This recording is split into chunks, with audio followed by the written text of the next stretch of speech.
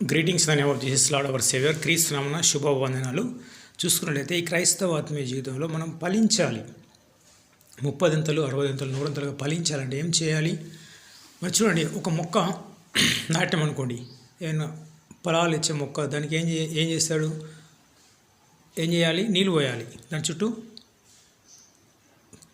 గడ్డి తీయాలి, ఇంకా ఎరువు వేయాలి, అప్పుడే మంచి ఫలాలు వస్తాయి. కాబట్టి మన క్రైస్తవ జీవితంలో ఏం చేయాలంటే ప్రార్థన ఉండాలి, ఇతరులకు దానం చేయాలి, ఇంకా దశమ భాగం ఇవ్వాలి.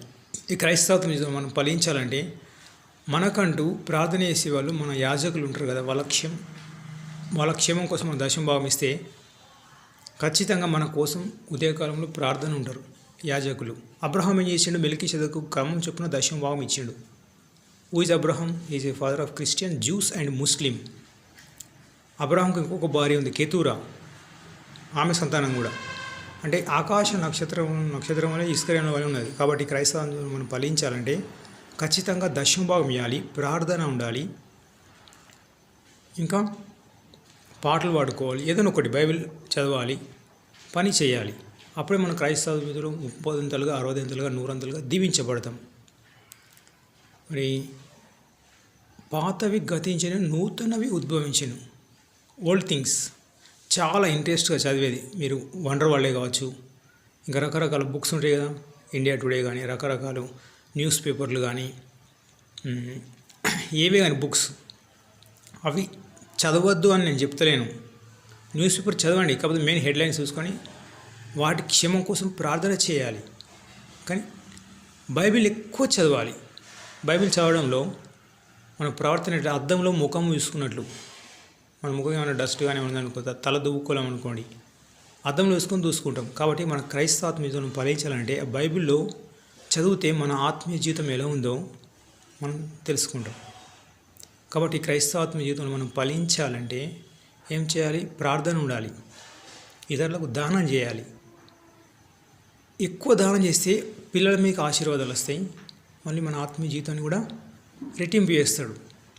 మోషే చేసిరా, ఐగుప్తు ధనాన్ని ఆశ్రయించడం కంటే హెబ్రీ 11వ అధ్యాయంలో ఉంటుంది చూడండి, మేబీ 24 or 20 ఉంటుంది.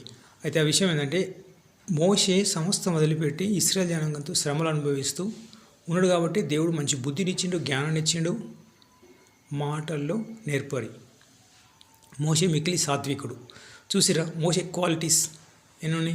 అబ్రహాం క్వాలిటీస్ చూడండి. తూరాన పట్టణంలో సమస్తం వదిలిపెట్టిండు, మెల్కీషెదెకు క్రమం చొప్పున దశమ భాగం ఇచ్చిండు. ఇచ్చుటలో నైపుణ్యత. మోషే ఇచ్చిండు, అబ్రహాం ఇచ్చిండు. యేసుప్రభు 12 మంది శిష్యులు చూడండి, సమస్తం వదిలిపెట్టి క్రీస్తుని వెంబడించారు. వాళ్ళ పేరు జీవగ్రంథంలో, వాళ్ళ ద్వారా అద్భుతాలు, సూచక్రియలు, మహత్కార్యాలు జరిగినాయి. మనం ఏం చేయాలంటే ఇచ్చుటలో నైపుణ్యత ఉండాలి. కాల్గేట్ చూడండి, కాల్గేట్ చాలా పేదవాడు, ఒక చిన్న పల్లెటూరులో వ్యాపారం పెట్టి ప్రపంచవ్యాప్తంగా స్ప్రెడ్ అయింది. అంటే ఇచ్చుటలో నైపుణ్యత.